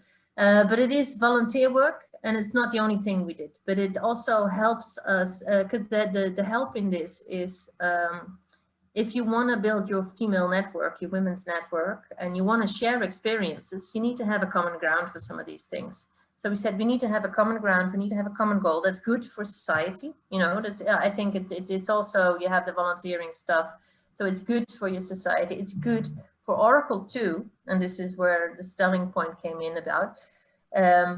If you want to have enough people in the Dutch society with IT knowledge, you need to have and motivate these girls to pick it up, because it all becomes digital. So if you want to have future employees and future people being able to work with your product, you better invest now, and you better start the spark right at the beginning. So that's kind of how we sold it. And I do think that is, it's a longer term vision, but it does work. And it helps you connect to other groups, and it helps you connect to get other things done with a coffee. Okay, that's a perfect way to end the session, I think. So I think the advice for our cost action is we have to have a lot of coffee with lots of people, which sounds good to me. So thank you very much. Also, thank you very much to Sharon. And I hope to see you all in real life at some point. Thank you. Oh, I thank everybody for the perfect timing. It's almost unbelievable. Now is 17:15, and in this last 15 minutes we have to conclude our own workshop, but also the whole Informatics Europe conference. So I think I would like to give the word to Christina, if at least to see Christina, because back everything there is Christina and the wonderful team of Informatics Europe. So I would like that to hear the voice of Christina. And we have time,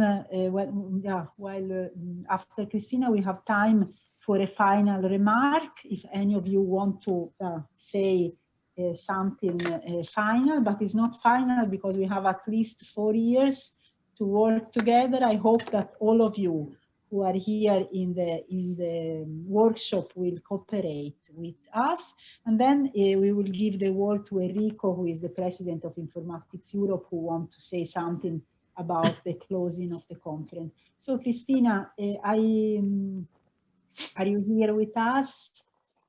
Yes, I'm here with us. So do you want to say something particularly about the workshop, about the cost action, or about... No, about, I wanted to see you. Great. It's good.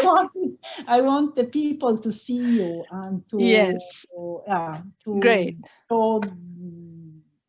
Yeah. So, okay, great. So I think most of you know me already. So, and I'm always happy to be involved in this work. I have started with Linda long time ago, very close to the beginning of my time in Informatics Europe. So this was the beginning of everything.